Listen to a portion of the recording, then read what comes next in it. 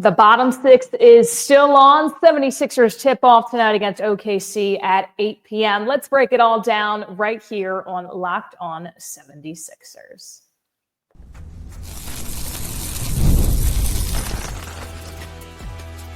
You are Locked On 76ers, your daily Philadelphia 76ers podcast, part of the Locked On Podcast Network, your team every day. Welcome into Locked On 76ers. We're your host, Keith Pompey, 76ers beat writer. I'm Kayla Santiago, sideline reporter for the Delaware Bluecoats, the 76ers NBA G League affiliate. If you're watching us on YouTube, make sure to like, comment, subscribe, in addition to wherever you're listening to your podcast. And also, you can check us out on the free daily newsletter. That's on LockedOnDaily.com. And this episode is brought to you by Prize Picks. Download the app today and use code LockedOnNBA to get $50 instantly when you play your first $5 lineup.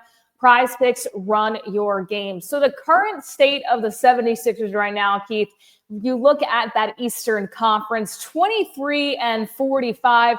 What they're eyeing right now is the top six in the reverse standings, essentially.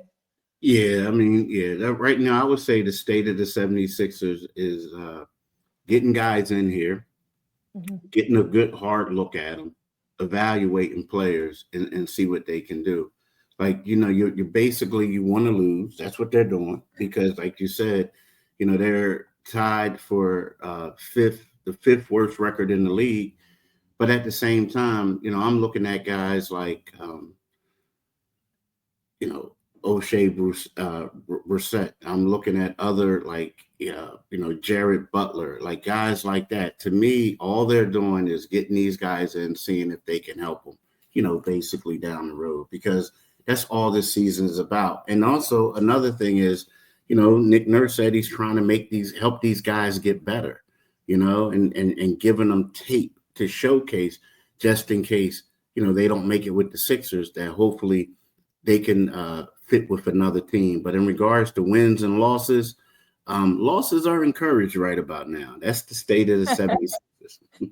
That they are, because once again, it's protected in that top six. And you're looking at, of course, Cougar flag, the sweepstakes that every team is looking at number one. But if you go back to kind of our draftee episode a week ago, we talked about the other options that the 76ers could look at as well in terms of backup centers, in addition to some guards you look at too, so on and so forth. And I really enjoy kind of this state of the 76ers in the sense for these young players. I'm not saying I enjoy it overall, but where we're at right now is seeing that young players that are hungry, that are trying to go out there. You're looking at guys like a Jared Butler. We know Quentin Grimes, what he can do. He's proved himself to this point of what he can do with this current unit, right? Justin Edwards out there. And somebody we've talked about too, Keith, that I'm really curious how he's going to finish out the year is Ricky Council, because he's somebody who has struggled mightily. His confidence has been down low a little bit. He's on assignment to the Bluecoats, and I've alluded to this before, had a 40-point performance, but then the NBA game is really different. And it's kind of strange that he's having trouble sticking out amongst these other guys because he's not playing with Joel Embiid and Tyrese Maxey right now. Well, but if you look at some of these other guys, like when we talk about O'Shea, he's a guy who, was a draft pick, right? Yeah. A guy who was in the league. The same thing of Okeke. Like, he was a guy who was drafted, in the first round by the Orlando Magic. So, when you factor that in, you look at it, he just happened to be in a quality situation for him last year where he worked hard and he was able to prove himself. But these are guys who are veterans, and because they've been in the league longer than him. And so they know like the tricks of the trade. He just has to, settle down. The one thing that I will say is, the last game he played against Houston a couple nights ago, I felt like he played well. He had 10 points on 3 for 6 shooting, 3 for 5 for 3, right? He had 2 assists. Now, the one thing is they really want him to crash the boards. He didn't do a real good job of that, right? But because he only had 1 rebound. But the game prior to that, he had 13 points. He had 10 rebounds. Excuse me. He had a double-double, 10 rebounds, 9 on the defensive end, and he shot the ball 4 for 8. So I think he's starting to come around a little bit more. You know what I mean? And he's getting it. But yeah, he could be a guy that just like the rest of them that's getting to try out to see what is he going to be a part of the team next year. And it's interesting too, because when we talk about guys that were looking to have good opportunities on the Sixers in terms of bringing in a draft pick, right? You're looking at a lot of guys that might be more in that guard position or even that forward position. Cooper Flagg, of course, he's looking to be the number 1 overall pick, but you touched on how you really liked Ace Bailey from Rutgers. Derek Queen could be a backup center in addition to that. I'm curious with the 76ers, they have a lot of thinking to do, and they have a lot to evaluate right now too, because whoever you keep and whoever you want on this team next year, I think that can also determine that draft pick just a little bit more, right? Because are you going to want to bring in another guy that's fighting for a position on the wing or in that guard spot or anything in between if you want to try to keep Quentin Grimes? You know what I'm saying? So do you try to bring in somebody when you look at the product from Rutgers in Ace Bailey or a Derek Queen? Do these guys affect how you go to the draft and also pick? Because to me, I don't want to see them draft somebody that's going to be trying to fight for a spot between a third or a fourth guy. I think when you get to that level, right, I think you have to draft the best player available. If let's say if the Sixers got the top 5 pick, right, you got to go the best player available, because we're looking at some other dudes and you see them, but whoever they draft, and this is being supposed to be one of the best drafts of the while, their upside is higher than the people that they have in front of them right now. Right. So you want to just get the best players. Kind of sort of like, we look at Jason Tatum and Jaylen Brown, right? One was a 2-3, the other one was a 3-4. And a lot of people thought, well, can they play together? Well, they threw them out there together, and then they had some growing pains, but then they ended up winning the championship, and both of them are perennial all NBA type players. So to me, that's what you deal with. And not only that, part of the thing is with this free agency thing, as much as good as Quentin Grimes is playing, he could be playing himself out of Philadelphia, right? Mm. Meaning somebody may throw a bunch of money after him. So if you're not 100% guaranteed of keeping him, you're going to have to go out there and get the best player available. And that best player available is probably going to be someone with, like we said, a higher upside than him. And you mentioned that last night too, about you knowing people, just what you do, and hearing from people from Dallas saying they didn't know if they were going to have enough to be able to pay Quentin Grimes. So the 76ers could be in that same exact situation. All I need this year, Keith, is for the draft curse to go away for the 76ers, because it worked out okay with Jared McCain. Then, of course, he gets injured. The past draft picks, when you look at ones that were really supposed to pan out, and the Markelle Fultz and the Ben Simmons, it didn't work out for Philadelphia, and guys have come in hurt. So I think that's what the 76ers need, that upside of guys just being able to come in and play a full season of basketball too, because there's a lot of talent coming in early in this draft. Now, of course, if they for some reason don't make it in that lottery in the top 6, then there's an issue of its own. But I do think that the 76ers are able to end up there, because you look at, in addition to Ace Bailey, if you're trying to look at the guard route, which I don't know if they would go with a small guard. I like Dylan Harper from Rutgers, but I think that the 76ers can kind of go away with that. And I remember we talked about, before, kind of the upside of Ace Bailey. The downside is that he turns the ball over a little bit, but that's probably going to happen with some rookies coming into the league at first, getting used to the NBA game. So when you're looking at the upside in terms of height, in terms of who can stretch the floor, those are some names that we definitely throw out there as well. I just need them to be healthy at the end of the day and be able to play a full season with the 76ers. I think that's what you're looking at too, Keith. Yeah, but you know what? Right now, the thing that I'm really looking at is I'm looking at the guys that they brought in. And, O'Shea Brissett has really impressed me, right? I mean, he really has. I mean, the first game, he arrives, he comes, he finds out that, he finds out that he's going to sign a 10-day with the Sixers the night before, and he was actually in Montreal. So he gets up the next morning and he just flies straight here. That night he had 14 points on 5 for 8 shooting, 3 for 5 on threes. And it was one of those things where they asked Nick Nurse, was that what you expected? And he said, no, I thought he was going to be more of a rebounder from the things that we've seen before, blocking shots. Well, you look at him, the second game that he played, he had 13 points on 6 for 9 shooting. And then, 2 nights ago, he played a 42 minutes, 51 seconds. He had 11 points. He on 4 for 9 shooting. He had 5 rebounds. He had 2 blocks. And, I felt like he played extremely well, right? Now, he did miss some foul shots, but at the same time, I felt like he's showing you that he can be a guy who basically, can fit in and move forward. And, he's also a guy who played in the league, as we talked about before.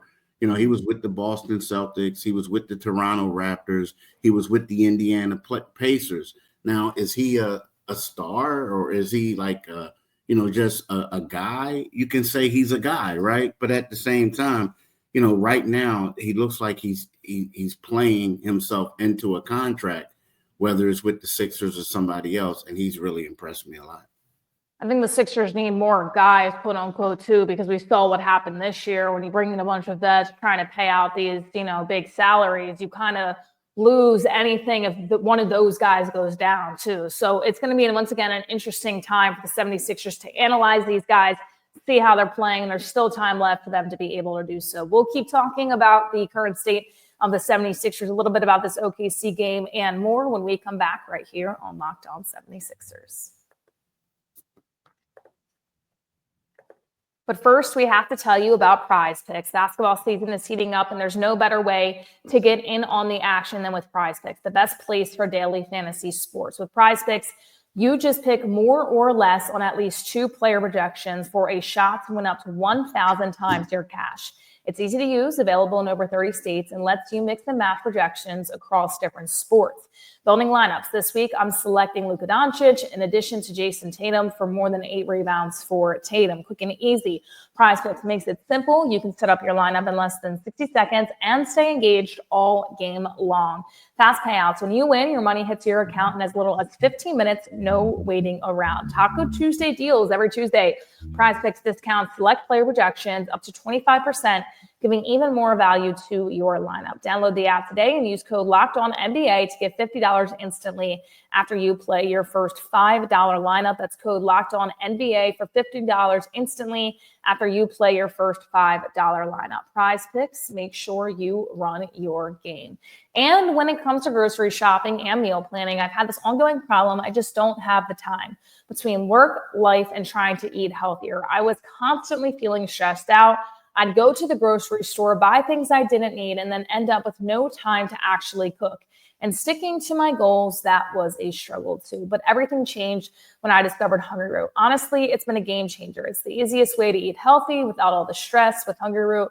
It's like having a personal shopper and a nutritionist all in one that take care of my grocery shopping, recommending meals and grocery based on my taste and health goals, from anti-inflammatory to high protein and gluten-free options. And the best part, every meal is ready in 15 minutes or less. I'm talking quick, healthy meals that actually taste great, all delivered straight to my door. It's been a huge time saver and has made healthy eating so much simpler. You're going to love Hungry Root as much as I do. For a limited time, get 40% off your first box and a free item in every box for life. Just go to hungryroot.com/LockedOnNBA and use code LockedOnNBA. That's hungryroot.com/LockedOnNBA, code LockedOnNBA to get 40% off your first box and a free item of your choice for life. hungryroot.com/LockedOnNBA. That's code LockedOnNBA. Make sure you do not miss out on these great offers. So continuing on the state of the Philadelphia 76ers, as you alluded to, Keith, these are must-lose games when we look at some reverse standings as well. And the 76ers, in these next 3 games, they do have a tough schedule coming up. It's the Thunder tonight at 8 p.m. Then you face the Spurs on Friday, which could be a winnable game, and the Hawks on Sunday as well.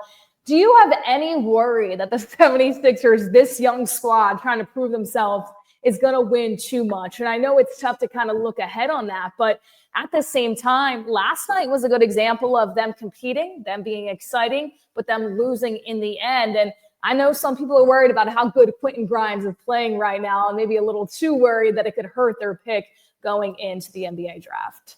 No, I don't think so. I mean, I think that what we saw last night was, the guys are playing well, but when it comes down to clutch moments and, 10 better players normally they normally rise to the occasion, right? And as good as the 76ers played, shot the ball in the first half, and how much mistake-free basketball they played early on, Quentin Grimes with that turnover late with 9 seconds left in regulation, right? Quentin Grimes, as we talked about yesterday, taking all but one of his shots in overtime when he was struggling. Whereas you look at Jalen Green, you look at Sagoon, the center. Sagoon was a guy who was quiet for most of the game, and then all of a sudden it comes crunch time and he steps up. So I feel like we are going to see that. Right. We're going to see a lot of that because, like I said, the 76ers probably woke up yesterday saying, oh, man, we really blew it. We blew it. But at the same time, you're depending on a bunch of young players to make real quick decisions and in the clutch, and it's not going to happen. Now, I do think that they can probably beat the Spurs, depending on who plays, and the same thing with New Orleans to end this trip. But aside from that, I don't expect them to do a lot of winning, moving on. I don't either. And you look at the teams below them too. I'm talking about the Eastern Conference as well. The Hornets have the Hawks coming up, and the Knicks, and the Thunder, then the Heat, then the Magic, and the Raptors, Pelicans. They play again the Jazz and then the Pacers. So they kind of have a tough schedule too. Once again, we're looking at teams that are looking to lose, that have already put their tankathon in motion right now. The Wizards, another team you look at, they take on the Jazz. That's going to be an interesting game at 9:00 as well. The Jazz, a team that's looking to keep going down in the West too. And I think for the 76ers as well, you're looking at some fines that just happened over there in Utah too. You're trying to stay away from that. And I think when we initially said this, we said, okay, are the 76ers bad or are they just trying to tank?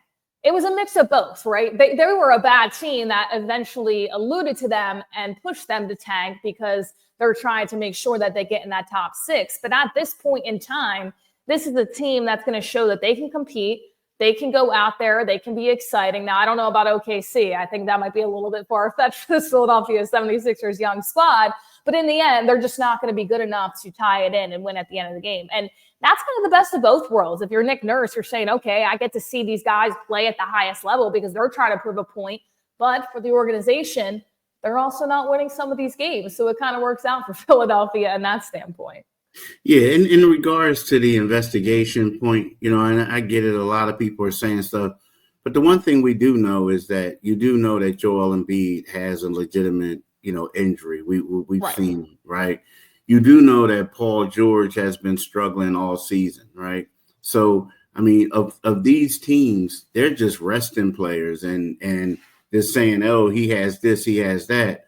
But, the league enabled the Sixers to get, waivers to, hardship waivers to bring in 2 additional 10-way players. And in order for you to do that, it has to be deemed that you have 4 guys out. They have 4 guys who are done for the season.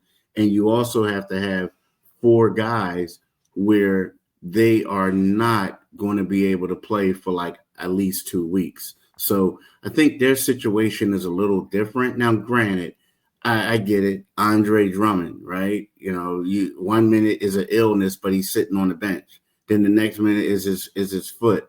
You look at Yabusele saying, hey, I'm going to be an Iron Man. I'm not going to take any days off. Well, the next day you're taking off, right? You look at these other things that are going on. So you can say it, but at the same time, I do feel like, when their star players are out, you basically are going to get not a slap on the wrist, but you're not going to get reprimanded as these other teams who are doing the same thing, but they don't have any serious ailments to speak of. Yeah, I don't know if Adam Silver in the NBA is necessarily going to come after. Now, I guess they could in theory, right? Anything could happen, but I don't really know how much Andre Drummond, a guy who's an older vet, is going to help this team. Yabusele as well. He's sitting out in that last game, but you're talking about the main guys. Now, granted, if Joel Embiid wasn't injured and just sitting out, yes, that would be probably an issue with the NBA, but we all know that there's been people that said, and medical professionals that said he shouldn't even have played this season due to the knee swelling. Paul George is getting injections in the middle of the year. This isn't the playoffs. It was getting injections to a team that was losing and falling in the Eastern Conference standings. So those guys definitely shut down. They're injured. We know that from that standpoint as well. It's kind of those other tallies that you look at that aren't in that young unit in an Andre Drummond and so on and so forth too with those guys. So when you look at it from that standpoint, but the 76ers, they are in action tonight against OKC. That's going to be an interesting one. We'll see how this young unit is able to come out, but don't go anywhere. We'll have more when we come back on Locked On 76ers. And we have to tell you about Robinhood. With Robinhood Gold, you can now enjoy the VIP treatment, receiving a 3% IRA match on retirement contributions. The privileges of the very privileged are no longer exclusive. With Robinhood Gold, your annual IRA contributions are boosted by 3%, plus you also get 4% APY on your cash and non-retirement account. That's over 8 times the national savings average.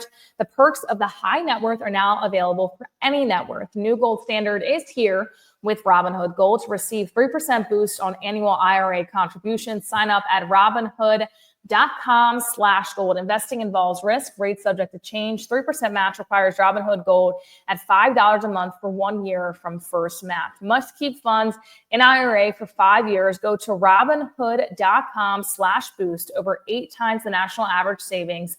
Account interest rate claim is based on data from FDIC as of November 18th. Of 2024. Robinhood Financial LLC. Gold membership is offered. Once again, that is Robinhood Gold LLC. And before we get back to talking Sixers, we have to show you a little bit of our bracket breakdown as well. The NCAA tournament is here, and so is the bracket breakdown. Locked On Podcast Network and Amazon Fire TV channels are teaming up to deliver NCAA tournament coverage like never before. Watch studio shows featuring former players and Locked On's local experts as they guide you through every upset, buzzer beater, and bracket matchup. Stream it all for free on Amazon Fire TV channel. Search Bracket Breakdown to see it all for free. It's your team every day.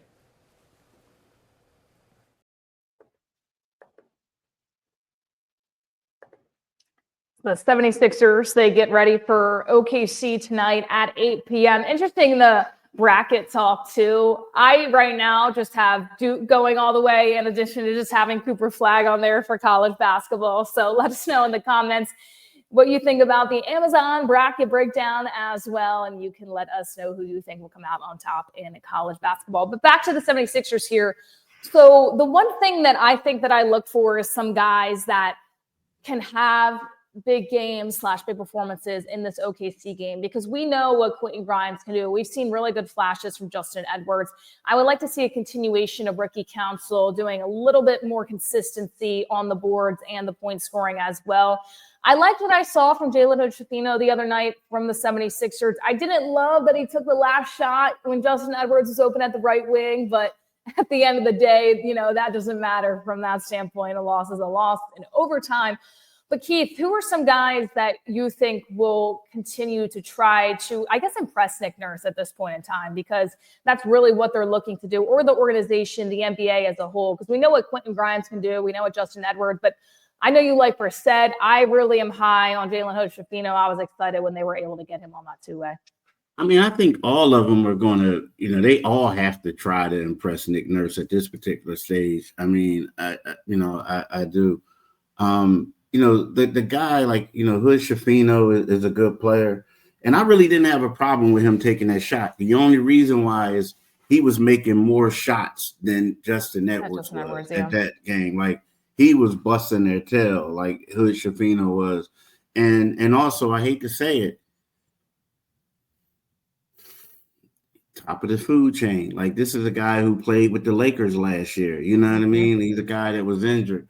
So when you look at it, I mean, I think the one guy, Justin Edwards, like, this is a vital time for him, right? Not Justin Edwards. Jared Butler is a vital time. You know, I know we talk about Ricky Council, but his last 2 games he played a whole lot better. You know, but aside from that, you know, they're Okiki. You know, he's a guy who Chimi Okiki. He's a guy who's doing it. But the only problem is I don't know if they'll have space for him. Like I don't know, like long term, is he a guy that's going to come back?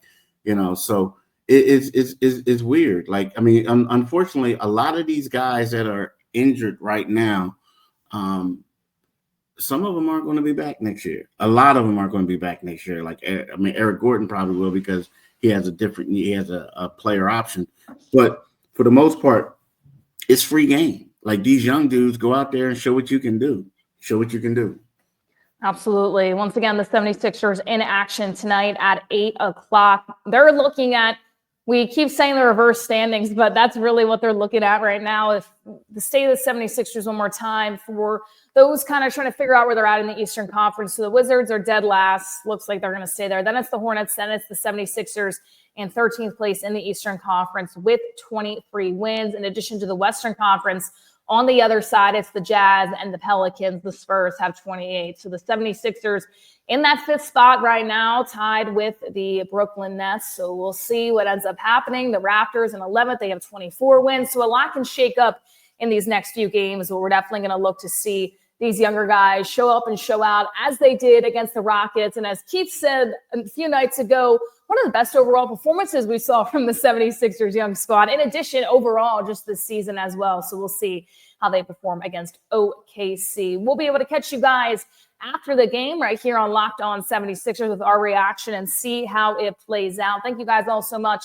for joining us here today. For Keith Pompey, I'm Kayla Santiago saying so long, and we'll see you guys next time.